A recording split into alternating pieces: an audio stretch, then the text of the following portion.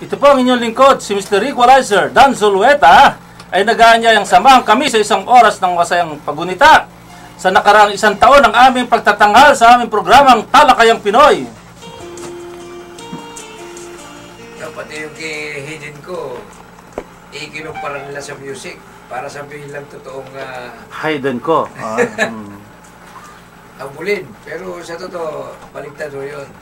Kasi yung umahabol sa akin, natapanan lahat eh. Malamang. Defensive ka, classmate.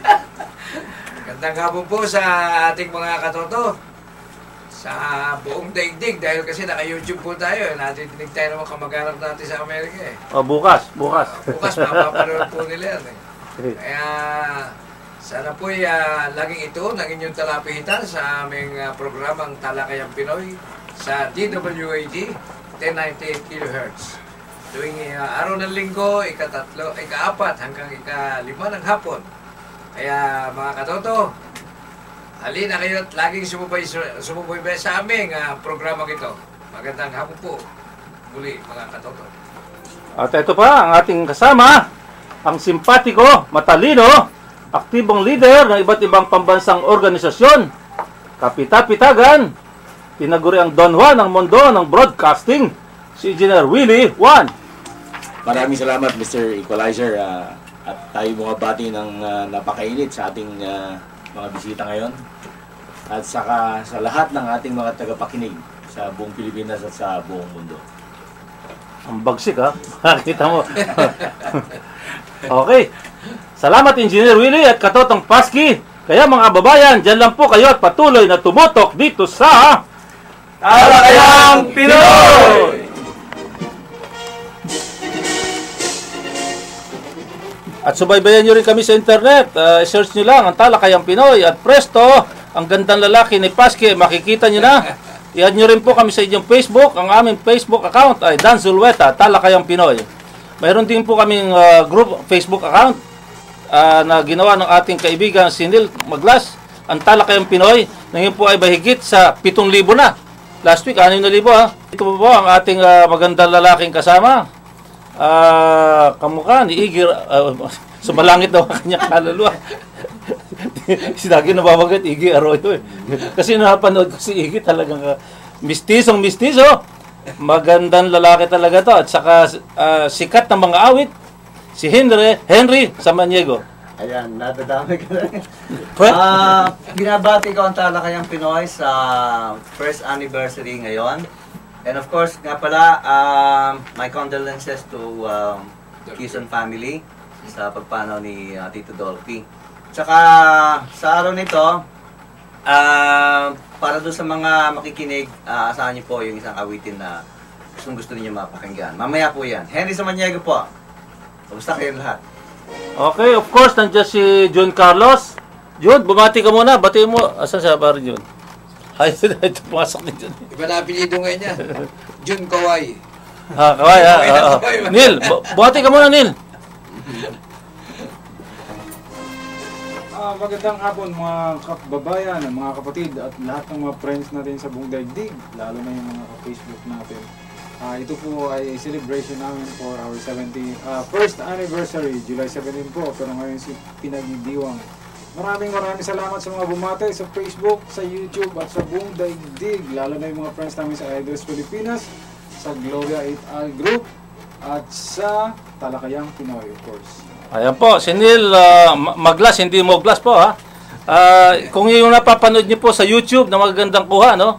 Nakikipag-gitgitan po to sa mga malalaking network. Nakita mo yung kuha kay, yung kay Eric Quezon, no? Ilang views na ngayon? 4,000 na. Isang linggo pa lang yan, ha? So, ganun katindi itong ating cameraman. Ito po ay veterano na sa pagkuha ng mga ganyang mga event, no? Hindi pa lang bumaba yung pension. Oo. Wala pang pension.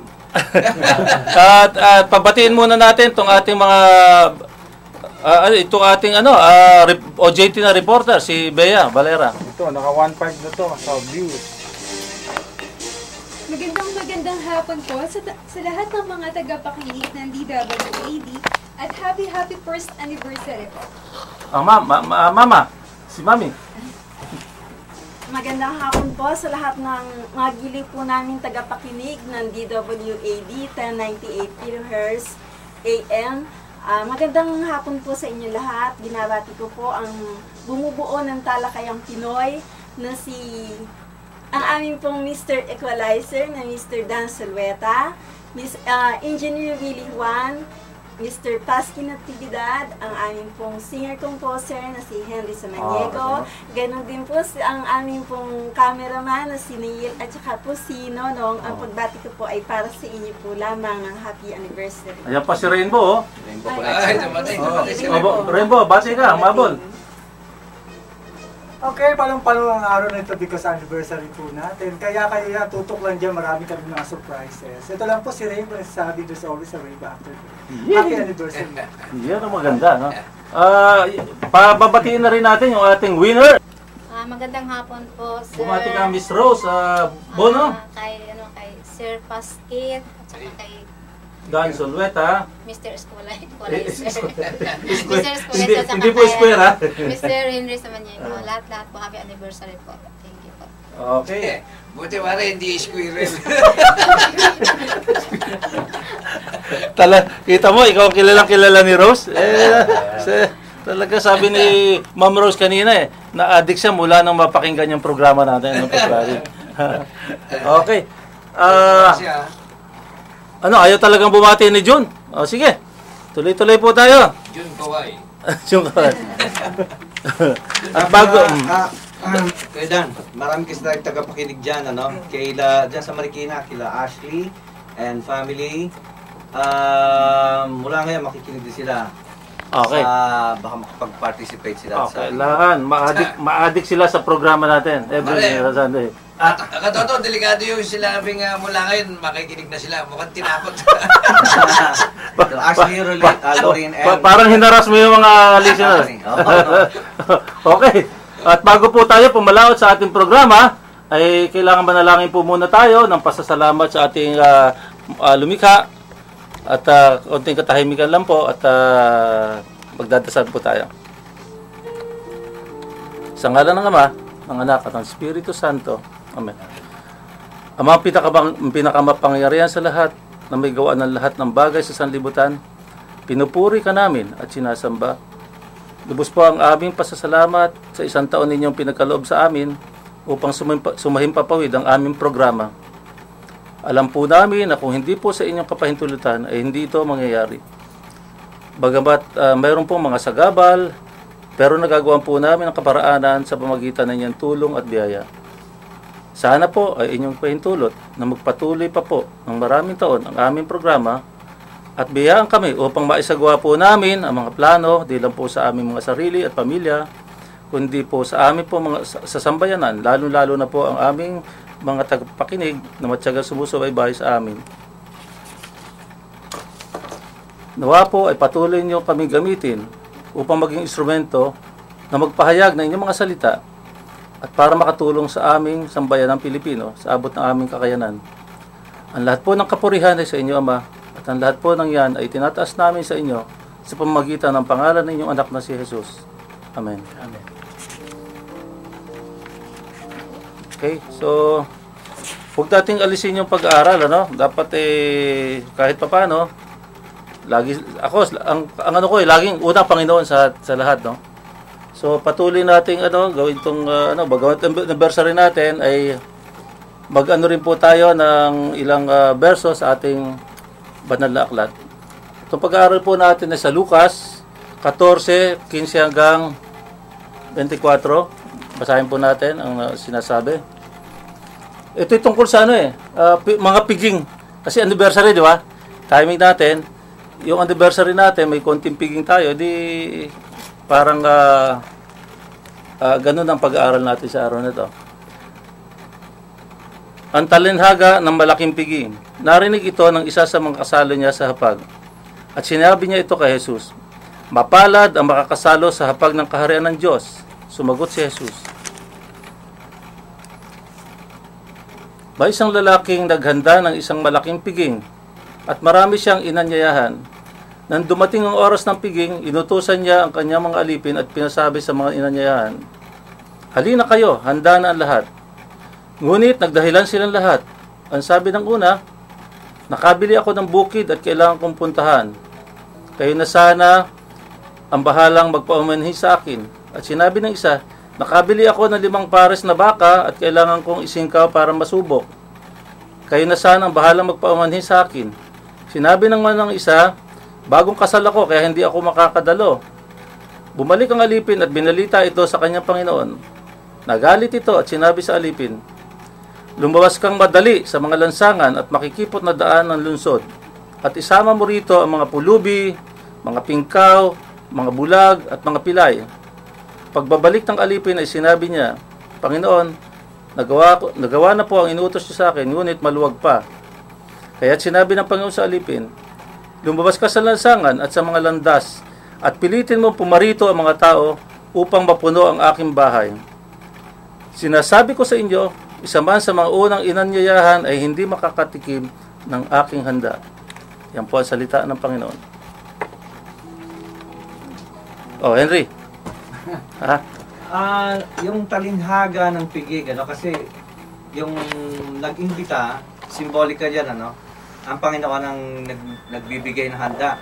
Ngayon, parang ang maganda balita dyan is, binigyan ko kayo ng pagkakataon na makisali o sa aking piging. So, parang isang party, ganon.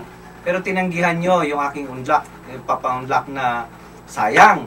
Mayroon sana kayong buhay na walang hanggan. Mas minabuti pa yung mga mahihirap. Kasi yung mga mahihirap, ang tanging nila ang Panginoon Oh, wala silang pagkakaabalang iba. Yun. So, mas napapaunlakan pa ng mga mas aba yung paunlak ng Panginoon. So, para doon sa mga, sasabihin natin, yung mga mayayaman, nagpapakilala na, kasi the more na marami kang pera, parang nakalimutan mo na ang Panginoon. Parang mas mahalaga sa'yo yung kayamanan, yung kanyang salita o kayang imbitasyon, nababaliwala na. So, pakaingat tayo kasi the more na tumataas yung antas natin, isipin natin na dapat mas marunong tayong pakumbaba. Dahil ang Panginoon, mag-iimbita lang yan once Parang yung pagkakataon na yung imbitasyon na yun, once na kaligtaan natin yun, ang ating kaluluwa, kaisa-isa nating kaluluwa, mawawala. Yun lang. Engineer, ihuli ko na si partner. Nag-iisipan. Ganun nga yung matalinghagang salita na yan. Nag-iimbita siya sa atin. Madalas tayo busy sa ating araw-araw. Ano ba yung piging? Hindi naman yung literal na piging. Yung salita niya. Pag-aanyaya, sa katulad nito, sa salita niya. Makinig ng salita. Maniwala, sumunod sa mga salita niya. Yan yung ating Biblia. So, yun yung ibig niyang sabihin. Sa buhay natin. Pero mas madalas hindi natin nabibigyan. Dahil busy tayo kung saan sa ating pinagkakabalahan. Maraming kadahilanan. Uunahin pa yon kaysa yung pagdalo. Pero sa katotohanan, tayo madasaling tao tayong mga Pilipino. At saka siguro hindi rin lang tayo, pati yung mga Italiano, yung mga nagdala sa atin dito, mga Espanyol, mga Portuguese, di ba? At mga Pranses. So tayo naman paggising sa umaga, bago tayo matulog, bago tayo kumain, di ba? Pag nakakatanggap tayo ng biyaya, di ba? May problema tayo, alala natin siya. Pero siguro yung gusto niya na talagang malalim na pagsunod. Ito yung bagay na, halimbawa, may gawain tungkol sa Panginoon, uunahin natin siya. Hindi yung idadahilan natin kung ano-ano lakad. Dapat unahin talaga siya. Yun ang panuntunan ko Ako, pinipilit kong gawin yun. Ikaw, partner? Ganun na nga yun. Yung nagpapabaya sa paanyaya dahil sa sinasabing abala sa hanap buhay, para sa pamilya, gano'n. Hindi na pagtutuunan ng pansin yung mga banal, katulad ng mga banal na gawain. Magawain. Banal na gawain. Yun ang patalinghagang ibig sabihin niya na dapat kahit paano sa loob ng isang linggo, pagkukulan natin ang panahon. Tulad halimbawa ng pagsisimba, yan. Diba yung mga banal na gawain yan. O yung tulad nung bagay makikita mo naman ng pagpapala ng Panginoon eh. Sa akin, sa personal kong karanasan, 35 taon na akong namamahala ng Black Rosary Federation. Simula nung medyo isa pa lang yata anak ko nun, 2. Hanggang sa kasalukuyan, pinapag-anniversary ko yan taon-taon. Tagumpay namang naipagdiriwang dahil nagagampanan ko yung pamisa, yung pagpapakain sa tao, yung pagkuha ng pag-arkila ng banda, yung mga kasiyahan parang piyesta, parang hermano mayon na tulong sa Panginoon yun, yung kay Mama Mary, ganun. Kaya nakita ko naman yung pag-ulad ng buhay, yung hindi ka masyado magaang. Yun yung dapat na maalala ng bawat isa. Wala si Raybo, lumabas? Iglesia ni Cristo yata. Baka gusto mo mag-share, ating reporter. Ayun po, kapag po yung Diyos na po yung tumatawag sa atin, dapat lagi natin siyang ipagpapauna. Kasi alam naman natin lahat ng bagay, sa Kanya rin nanggagaling. Siya yung nagbe-bless sa atin. Kaya kapag siya naman yung tumatawag, kailangan tayo naman yung sumunod. Pakinggan naman natin siya. Kayo ma'am, baka gusto niyo mag-share. Sa akin naman po, ang masasabi ko, hindi lamang po sa tinapay nabubuhay ang tao. Ito po ay nabubuhay din, sa pangkaluluwa po natin ay ang mga salita ng Diyos. Kaya po nananawagan po ang ating Panginoon para po sa pag-aaral po natin ng tungkol sa reliyon na ipagpapauna po natin bago ang ating mga paggawa sa buhay.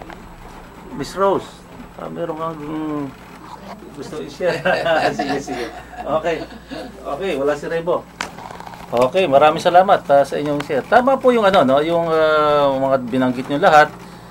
Basta ang ibig lang sabihin po diyan ng Panginoon, gustong pakahulugan sa talinghagayan ng Panginoon. Maraming bagay sa mundo na pagkakalibangan natin, di ba? Minsan nga, lalo na high-tech na po ngayon, lalo na yung may mga iPad, di ba? Makita minsan maghapon sa Facebook, sa computer. Pero pagdating ng oras ng pagsisimba o pag-alala man lang sa Panginoon kahit isang oras, ay tinatamad pa. Di ba? Parang mas priority. Teka muna, hindi pa tapos tong game ko, di ba? Di ba? May konting inuman, hindi maiwanan yung okasyon at sumimba kahit sandali, di ba? Yun po yung ibig sabihin, unahin po natin siya sa lahat. Sa sa isang barangay, magpapamisa ka, nung kapitan ako ng barangay, papamisa ka. Lasing na lahat yung magmimisa, doon lang sa paligid yung mga nagiinom, nalang dadalo ron. Sabi nga siya, pag piyesta, uunahin pa yung yung inuman, yung kainan, tapos yung prosesyon, wala na po prosesyon, puro lasing na yung mga tao, di ba? So yan lang po ang ibig sabihin ng Panginoon at sana po, ako minsan guilty rin ako rin, lalo na pag may nararamdaman ako. Siguro, naunawaan naman ng Panginoon iniisip ko na, hindi naman siguro Panginoon, hindi kaya physically. Pero minsan nagigilty ako, bakit pumapasok sa isip mo, bakit nakakapunta sa programa, tapos yung pagdating ng oras ng simba, hindi ka makakarating, no? Hindi rin natin may kakatuwiran yun, di ba? So, kailangan pilitin natin sarili natin na makagampan para sa Panginoon. So, hanggat sa kaya natin na physically, di ba? So, yun lang po at sana po ay naunawaan natin talinghaga yan at isabuhay po natin. Maraming salamat sa Panginoon. Happy anniversary sa Talakayang Pinoy! Okay, unahin natin po yung babatian muna natin, of course, eto may nag-text 724, no? Si Adora galing sa Caloocan to. Basahin ko lang, Good afternoon, sir. Happy anniversary po sa inyong radio program. Keep up the good work at lalong dumarami ang nakikinig sa inyong radio program. From the officers and members of Makati Action Communication Group 724. Maraming salamat pagbati. Of course, kayo muna, partner, mamaya na yung mga ibang babatiin. Maraming salamat sa pagbating advance na binigay ng ating butihing Commissioner ng Bureau of Customs, ating butihing Admiral, Commandant ng Philippine Coast Guard, sa ating kasama sa hanap buhay, dating presidente ng National Press Club, at sa lahat ng mga kaibigan natin na umaagapay sa ating palatuntunan ito sa Talakayang Pinoy. Binabati natin si Lawin Ria Garcia at sa kanyang mister si Lawin Ria Garcia na nakabase sa sa New York, yung dalawang ito, membro ng Pugad Lawin Ontario. Sila kasi tatayo rin ng Pugad Lawin sa New York balang araw. Sa ngayon kasi kasali pa sila sa Pugad Lawin Ontario. Nandito sila sa Manila ngayon at may mga dalang mga donasyon para sa mga proyekto ng Pugad Lawin. So binabati natin sila. Binabati rin natin si Governor Lirio Sandoval na-interview ni Neil, no? Nakita na natin. Mapaparin natin. Bumati rin si National President namin ngayon sa Pugad Lawin, si Lawin Galactica, si Sagani Conyo. At na-interview rin ni Neil si Secretary Mamba. Nakita ko. Nasa YouTube lahat yan. Parang Superman si Neil Maglas. Binabati natin lahat ng membro ng Pugad Lawin, yung mga kasama ko rin sa Nampap na hack yung aming account na malaki. Kaya minawarningan natin yung hacker. Alam natin na merong... makikita rin natin yan. Magkikita-kita rin tayo balang araw. 800 yung membro ng grupo. Nawalan sila ng e-group para mag-sharing ng mga e-books of knowledge. So, binabati rin natin ang mga kasama natin sa electrical. Nag-lecture tayo ng Isaiah sa Batangas City ng umaga kahapon. At gabi, nag-lecture din tayo sa United Architects of the Philippines sa Atelier Chapter sa Quezon City. Okay, greet ko lang itong mga taga-Tandang Sora. Diyan nakikinig ngayon sila Arciliana, Moridas at Vidanes family at kay Nika Fuentes ng Alimor. Yan, kumusta kayo dyan? Magbabati ka ba, Rainbow? Okay, binabati ko po ang aking best friend ng bayan, si best friend Jair